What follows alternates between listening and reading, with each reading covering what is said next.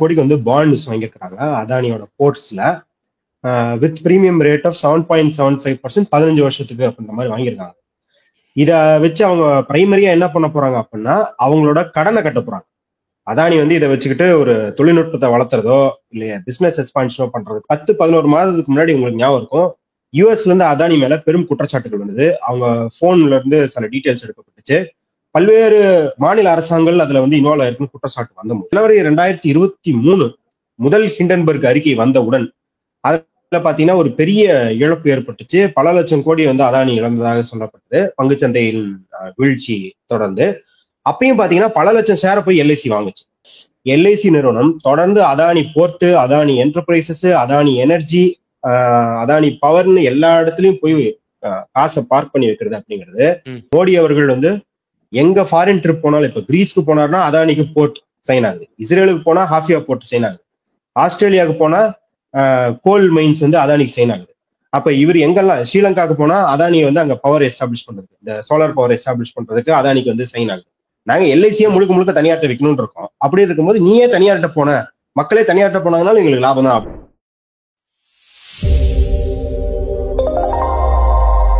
Tamil news நேயர்களுக்கு வணக்கம். இன்றைய நேர்காணல் நிகழ்ச்சியில நம்மோடு இணைந்திருக்கும் சிறப்பு விருந்தினர் பத்திரிகையாளர் மற்றும் அரசியல் விமர்சகர் திரு மதுர் சத்யா அவர்கள் இணைஞ்சிருக்காங்க. சார் வணக்கம். வணக்கம் சார். திரு ராகுல் காந்தி அவர்கள் சமீபத்தில் ஒரு தன்னுடைய எக்ஸ் தளத்துல ஒரு பகிரங்கமான ஒரு குற்றச்சாட்டை வச்சிருந்தாரு. எல்ஐசி தன்னுடைய இந்த ஒரு 5000 கோடி அளவிலான அந்த தொகையை வந்து அதானி குழுமத்திற்கு ஒரு ஷேர் வந்து இன்வெஸ்ட்மெண்ட் பண்ணியிருக்கிறாங்க அப்படின்ற ஒரு விமர்சனத்தை, ஒரு கடுமையான விமர்சனத்தை முன் வச்சிருந்தாரு. விமர்சனத்தோடு மட்டும் அல்லாமல் அவர் ஒரு வாக்கியத்தையும் அவர் வந்து ஒரு பயன்படுத்தி இருக்கிறாரு. வாக்கியங்கள் பார்த்தோம் அப்படின்னா, பிரீமியம் மற்றும் இந்த பணம் எல்லாம் வந்து மக்களுடையது, ஆனால் சலுகைகள் எல்லாம் வந்து நம்முடைய அதானிக்கு அப்படின்ற மாதிரின்னு சொல்லி ஒரு கடுமையான ஒரு விமர்சனத்தை கூட திரு ராகுல் காந்தி வைத்திருந்தார். என்ன பின்னணி? ஏற்கனவே இந்த பிஜேபி அரசின் மீது ஒரு விமர்சனம் உண்டு. இவங்க அம்பானி அதானிக்கு தான் ஃபேவரபிளா இந்த ஆட்சி நடத்திட்டு இருக்கிறாங்க. கார்பரேட் முதலாளிகளுடைய வரி விலக்கு இதிலிருந்து பல விவகாரங்கள் பெரும் முதலாளிகளுக்கு ஃபேவரபிளா இருக்கக்கூடிய இந்த அரசு இப்போது இந்த மாதிரியான விமர்சனம் வச்சிருக்காங்க. இந்த விமர்சனத்தினுடைய பின்னணி என்ன? இப்ப செய்தி என்ன அப்படின்னா, 5000 கோடிக்கு வந்து பாண்ட்ஸ் வாங்கியிருக்கிறாங்க அதானியோட போர்ட்ஸ்ல வித் பிரீமியம் ரேட் ஆஃப் 7.75% 15 வருஷத்துக்கு அப்படின்ற மாதிரி வாங்கியிருக்காங்க. இதை வச்சு அவங்க பிரைமரியா என்ன பண்ண போறாங்க அப்படின்னா அவங்களோட கடனை கட்ட போறாங்க. அதானி வந்து இதை வச்சுக்கிட்டு ஒரு தொழில்நுட்பத்தை வளர்த்துறதோ இல்லையா பிசினஸ் எக்ஸ்பான்ஷனோ பண்றதுக்கு பதிலா அவங்க மேஜரா இதுல இருந்து கடன் அடைக்க போறாங்க அப்படின்னு தான் சொல்லப்படுது. இது பாத்தீங்கன்னா எப்பயுமே வந்து இது ராகுல் காந்தி முதல் முறை சொல்வதல்ல. ராகுல் காந்தி சொல்வதில் உண்மைத்தன்மை இருப்பதற்கு காரணம் முதல் முறை இது நடப்பது அப்படிங்கிறதுக்காக கிடையாது. இது 3ஆம் முறை நடக்கிறது. ஏன் அப்படின்னு பாத்தீங்கன்னா, எப்பவுமே அதானிக்கு வந்து ஒரு பிரச்சனை வரும்போது அவங்க எல்ஐசியை கொண்டு அதை சரிகட்ட பாக்குறாங்க அப்படின்றது. இப்ப நான் ஏன் இந்த ஹைலைட் பண்ண டெட், அதாவது அவர்களோட கடனை வந்து கட்டுறதுக்காக தான் எல்ஐசி இந்த 5000 கோடி இன்வெஸ்ட் பண்ணிருக்கு, பாண்டா வாங்கியிருக்கு அப்படின்றது ஏன் ரொம்ப பார்க்கத்தக்க வேண்டியது அப்படின்னா, ஒரு 10-11 மாதத்துக்கு முன்னாடி உங்களுக்கு ஞாபகம் இருக்கும், யூஎஸ்ல இருந்து அதானி மேல பெரும் குற்றச்சாட்டுகள் வந்தது. அவங்க போன்ல இருந்து சில டீடைல்ஸ் எடுக்கப்பட்டுச்சு. பல்வேறு மாநில அரசாங்கங்கள் அதுல வந்து இன்வால்வ் ஆயிருக்குன்னு குற்றச்சாட்டு வந்தபோது ஒரு 9 அதானி ஃபார்ம்ஸ்ல இருந்து ஃபாரின் இன்வெஸ்டர்ஸ் வந்து அவங்களோட முதலீடை வெளியே எடுத்துட்டு போக ஆரம்பிச்சிட்டாங்க. அதானி பங்குகள் கீழே விழுந்தோடனே உடனே எல்ஐசி போய் என்ன பண்ணாங்கன்னா, அந்த 9ல எந்த 2 வந்து இருக்கிறதுலே பயங்கரமா பாதிக்கப்பட்டிருக்கு அப்படின்னு பார்த்தா Adani energy and Adani enterprises. அந்த 2ல வந்து எல்ஐசி அவங்களோட ஸ்டேக் இன்க்ரீஸ் பண்ணாங்க. அது வந்து 10-11 மாசத்துக்கு முன்னாடி சொல்றேன்.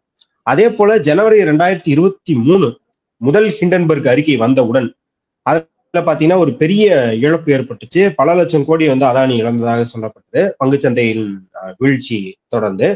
அப்பயும் பாத்தீங்கன்னா பல லட்சம் ஷேரை போய் எல்ஐசி வாங்குச்சு தொடர்ந்து. அப்புறம் ரிப்போர்ட்டர்ஸ் கலெக்டிவ் வந்து ஹிண்டன்பர்க் வந்ததுக்கு அப்புறம் ஒரு 6 மாசம் கழிச்சு ரிப்போர்ட்டர்ஸ் கலெக்டிவ் தரவுகள் வந்த போதும் அதானி ஷேர் அடி வாங்கும் போதும் பாத்தீங்கன்னா யாரு வந்து ஒரே ஒரு பெரிய இன்வெஸ்டர் வந்து யாரு இன்க்ரீஸ் பண்ணிருக்காங்க அவங்களோட அதானி ஷேர்ஸ் அப்படின்னு பாத்தீங்கன்னா எல்ஐசி ஆகிறது.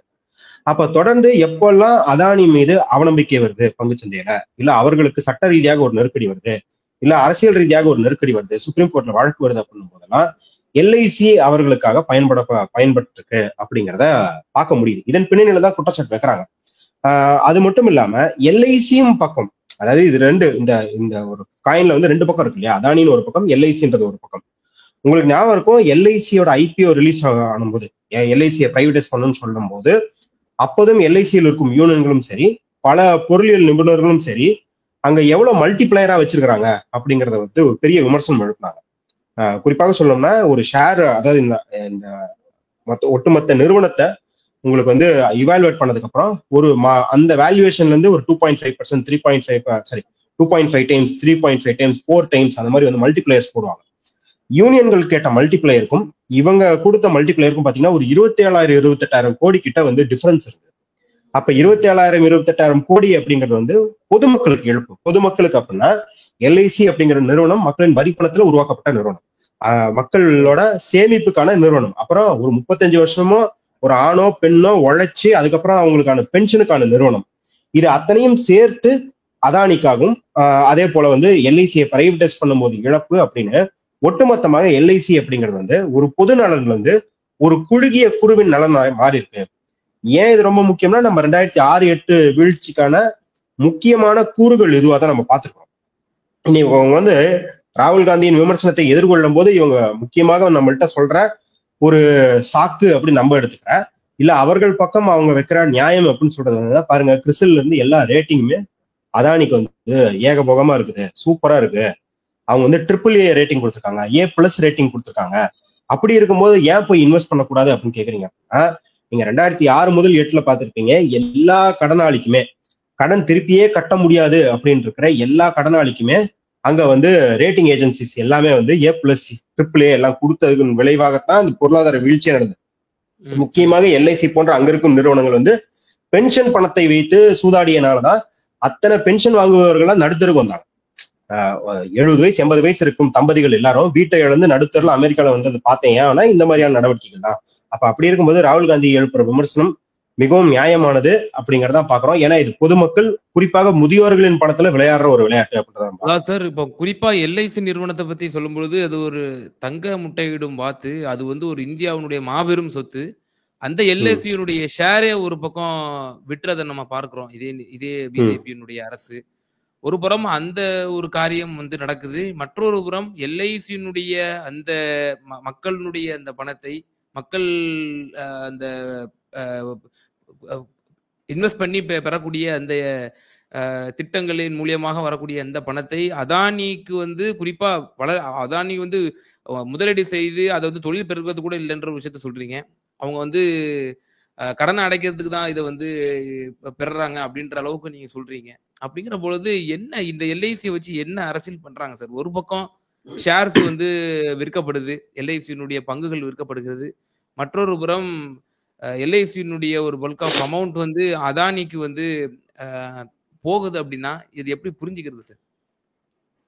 இது நீங்க எல்ஐசியை வச்சு இவங்க வந்து இந்த அளவுக்கு அரசியல் செய்யறாங்க அப்படின்றது வந்து, இப்போ ஏன் எல்ஐசிக்கு அது நல்லது தானே? இந்த பங்குகள்ல லாபம் வந்தா மக்களுக்கு நலன் தானே? நீங்க தான் மக்கள் நலன் சொல்றீங்க. மக்கள் இன்னைக்கு வந்து எங்கேயாவது போய் இன்வெஸ்ட் பண்ணாலோ இல்ல அவங்களா வந்து தேர்ந்தெடுத்து ஒரு பங்குச்சந்தையில போனாலோ வருஷத்துக்கு 4%, 5% ரிட்டர்னுக்கு வரதுக்கு பதிலா நாங்க வந்து இதுல இன்வெஸ்ட் பண்ணி வருஷத்துக்கு 7.5% வாங்குறோமே, 7.75% வாங்குறோமே, அப்ப நல்லது தானே அப்படின்ற ஒரு வாதம் வைக்கப்படுது. இது வந்து எல்ஐசியை வைத்து நீங்கள் விளையாடுவதாக சொல்றீங்க. ஆனா நாங்கள் சொல்கிறோம், எல்ஐசியை விட்டு நாட்டு நலனையும் மக்கள் நலனையும் பாதுகாக்கிறோம்னு சொல்றோன்ற ஒரு வாதத்தை வைக்கிறாங்க. ஆனா இதுல ஒரு அடிப்படையில ரொம்ப பிழையானது என்ன அப்படின்னா, நீங்க அதானி மேல இந்த எந்த குற்றச்சாட்டும் இல்லைன்னு கூட வச்சுக்கலாம். இல்ல அதானி நிறுவனம் இதை வந்து கடன் தள்ளுபடி பண்ண வாங்குது, இல்ல கடன் கட்ட வாங்குது, வேற எதுவும் இதுக்கு பயன்படுத்துது, இல்ல அதானியின் மீது செபி குற்றச்சாட்டு, ஃபாரின் மினிஸ்டர் குற்றச்சாட்டு, ஹிண்டன்பர்க் குற்றச்சாட்டு எல்லாம் விட்டுட்டு எல்லாத்தையுமே விட்டுலாம். அதானி வந்து நம்ம ரத்தன் டாட்டாவுக்கு எந்த மாதிரியான ஒரு இம்ப்ரெஷன் இருக்கு இல்லையா, அந்த நாட்டுக்கான முதலாளின்ற மாதிரியான ஒரு இம்ப்ரெஷன் இருக்கு. அது உண்மையா பொய்யோ வேற விஷயம். அந்த மாதிரி ஒரு இம்ப்ரெஷன் இருக்கு. அது வருஷம் வளர்ற கம்பெனி அப்படின்ற ஒரு அசம்ஷனை எடுத்துக்கிட்டா கூட, ஒரே கம்பெனியில போய் எல்லா நீங்க சொல்ற எல்லா பெட்டையும் ஒரே இடத்துல வந்து பார்க் பண்ணி வைக்கிறது அப்படிங்கிறது ரொம்ப ரொம்ப ஆபத்தானது, ரிஸ்கானது.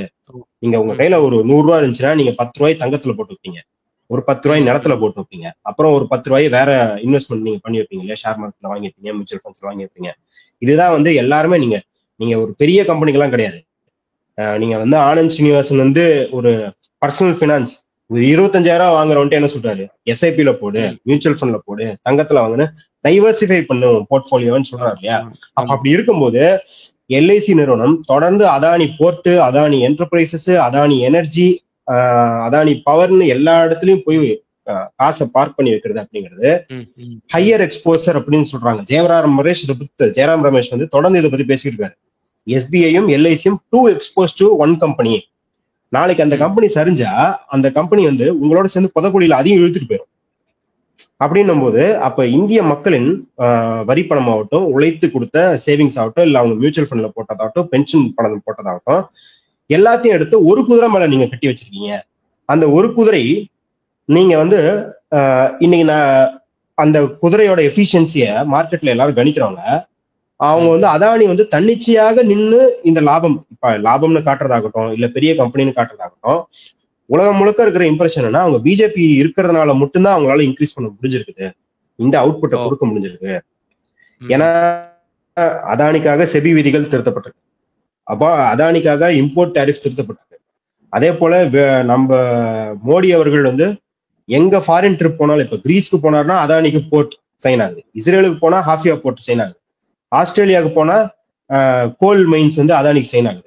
அப்ப இவர் எங்கெல்லாம், ஸ்ரீலங்காவுக்கு போனா அதானி வந்து அங்க பவர் எஸ்டாப்ளிஷ் பண்றது, இந்த சோலார் பவர் எஸ்டாப்ளிஷ் பண்றதுக்கு அதானிக்கு வந்து சைன் ஆகுது.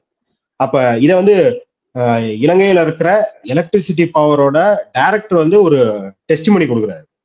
ஒரு அவருக்கான கரப்ஷன் ஸ்கேண்டல் விசாரணையின் போது பிஎம் மோடி வந்து எங்களை ரொம்ப வற்புறுத்தினார் அதானிக்கு கொடுக்க சொல்லி அப்படின்னு சொல்லிட்டு ஒரு 3 நாள் பிறகு அவரே என்ன பண்ணிட்டாரு, ஐயோ இல்லைங்க எனக்கு ரொம்ப உடம்பு ஜுரமா இருந்தது, நெஞ்சு வலி இருந்தது, அதுல நான் ஏதோ தெரியாம பேசிட்டேன், தெரியாம எப்படி விளக்கமா இவ்வளவு சொல்லுவாங்கன்னு தெரியல.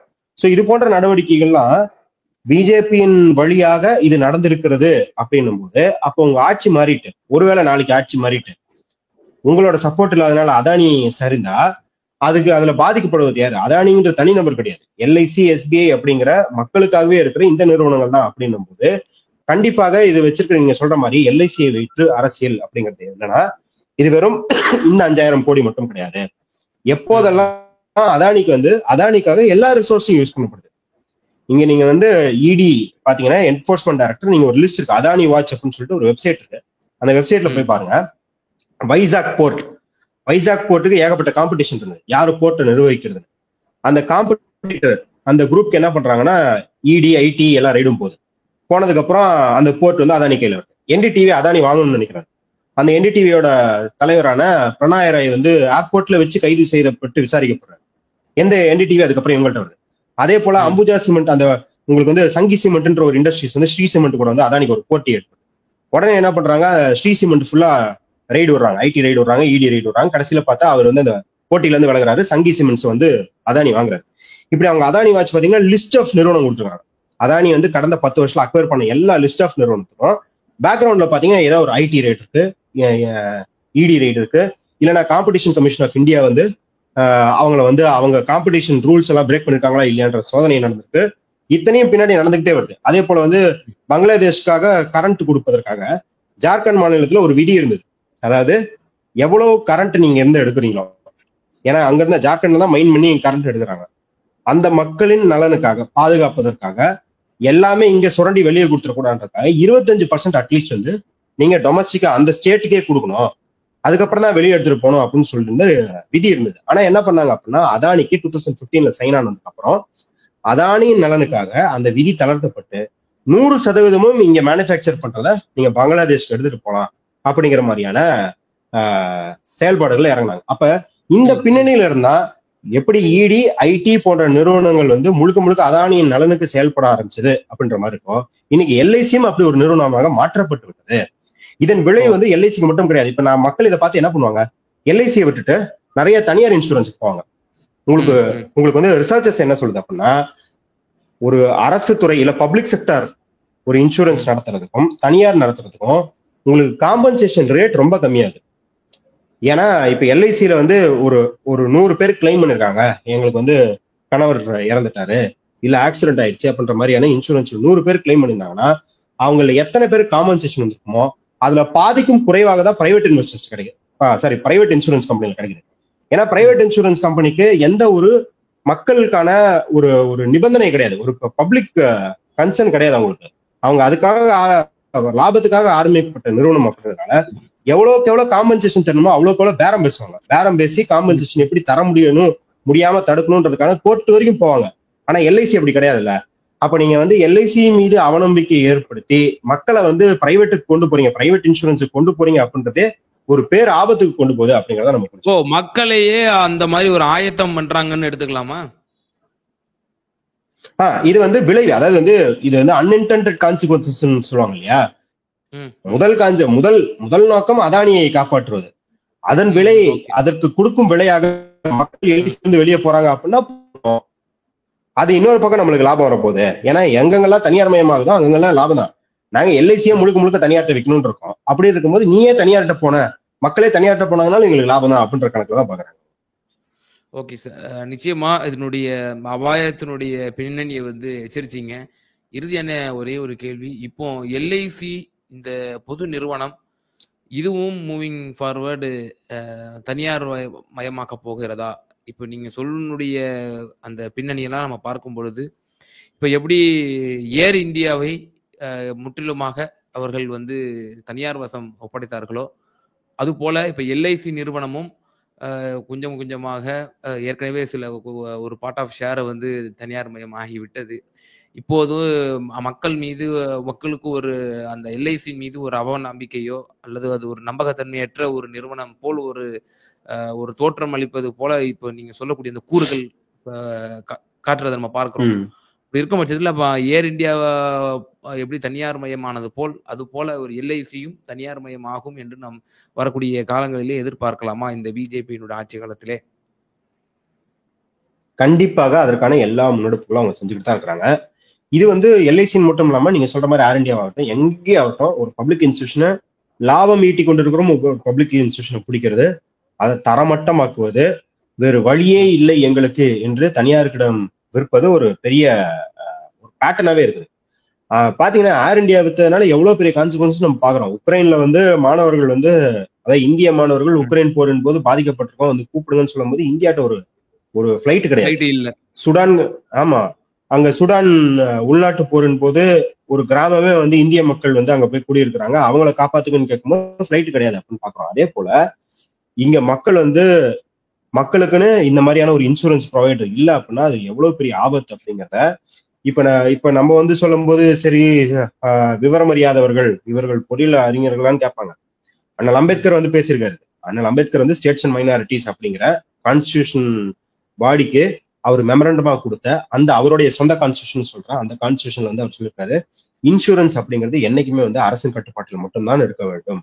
ஏன்னா அது மக்களோட வாழ்வாதாரத்தை ஊட்டியது, மக்கள் அதாவது குடும்பத்துக்கு வந்து அது வந்து ஒரு உயிர் காப்பான் போல, ஒரு ஆபத்து நேரத்துல உயிர் காப்பான் போல இருக்கிற அந்த இன்சூரன்ஸுங்கிறது தனியார் மையத்துக்கு போகக்கூடாது அப்படிங்கிறத நம்ம பார்த்துக்கோம். தொடர்ந்து ஃப்ரண்ட்லைன் போன்ற பத்திரிகைகள்ல இந்த இன்சூரன்ஸை தனியார் மையப்படுத்துறதுனால என்னென்ன விளைவுகள், நீங்க வந்து இந்த ஃபசல் பீமா யோஜனா அப்படின்றத நீங்க பார்த்துருக்கீங்க, பயிர் காப்பீடு திட்டம். பயிர் காப்பீடு திட்டத்திலேயே மோடி அவர்கள் வருவதற்கு முன்பு அதுல பிரீமியமா ஒரு தனியாருக்கு போய்கிட்டு இருந்த ஷேர் அப்படின்னு பாத்தீங்கன்னா மொத்த தொகையில வந்து 12% தான் போய்கிட்டு இருந்தது. ஆனா மோடி அவர்கள் ஆட்சி பொறுப்பு ஏற்றதுக்கு அப்புறம் ரிலையன்ஸ் தான் மேஜர் ப்ரொவைடர். அதுல அந்த ரிலையன்ஸ்க்கு 50% வரை போகுது அப்படின்றாங்க மொத்தமாக தொகையில. அப்ப அந்த அளவுக்கு தனியார் லாபம் ஈட்டிருக்கு.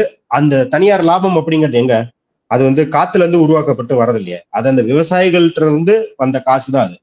அப்ப அதே போலதான் நீங்க அதையே ஒரு ரெஃபரன்ஸா வச்சுக்கலாம். ஏன் இதுக்கு முன்னாடி இப்படி நடந்துச்சா அப்படின்றதான் கேள்வி கேட்கறாங்க இல்லையா. நீங்க ஃபசல் பீமா யோஜனால பாக்குறீங்க அதேதான் இன்னைக்கு லைஃப் இன்சூரன்ஸுக்கும் மற்ற எல்ஐசி ப்ரொவைட் பண்ற எல்லா சர்வீசஸ்க்கும் ஃபசல் பீமா யோஜனால என்ன நடந்ததோ அதே தான் நடக்க போகுது அப்படிங்கறத நம்ம பாத்துக்கலாம். இது வந்து ஒரு திட்டமிட்டபடி ஒரு ரோட் மேப் மாதிரி தான் இவங்க செயல்படுறாங்க அப்படிங்கறத நம்ம புரிஞ்சுக்கணும்.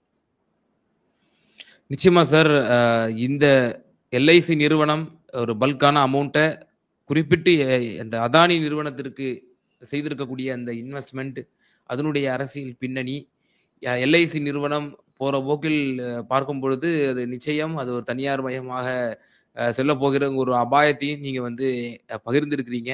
பொறுத்திருந்து பார்ப்போம் என்ன நடக்க போகிறது, ஆட்சி மாற்றம் ஏற்படுமா அல்லது இந்த ஆட்சியாளர்கள் தொடரும் பட்சத்தில் எல்ஐசியினுடைய கதி என்ன என்பதை நம்ம காலம் தான் முடிவு செய்யும். பொறுத்திருந்து பார்ப்போம். ரொம்ப நன்றி சார், உங்களோட நேரத்தை எங்களிடம் பகிர்ந்தமைக்கு. நன்றி. நமது ஈதமிழ் நியூஸ் சேனலில் உங்களது பொருட்களை வெறும் 500 ரூபாயில் விளம்பரம் செய்ய வேண்டுமா? தொடர்புக்கு 7806942275 தொடர்பு கொள்ளுங்கள்.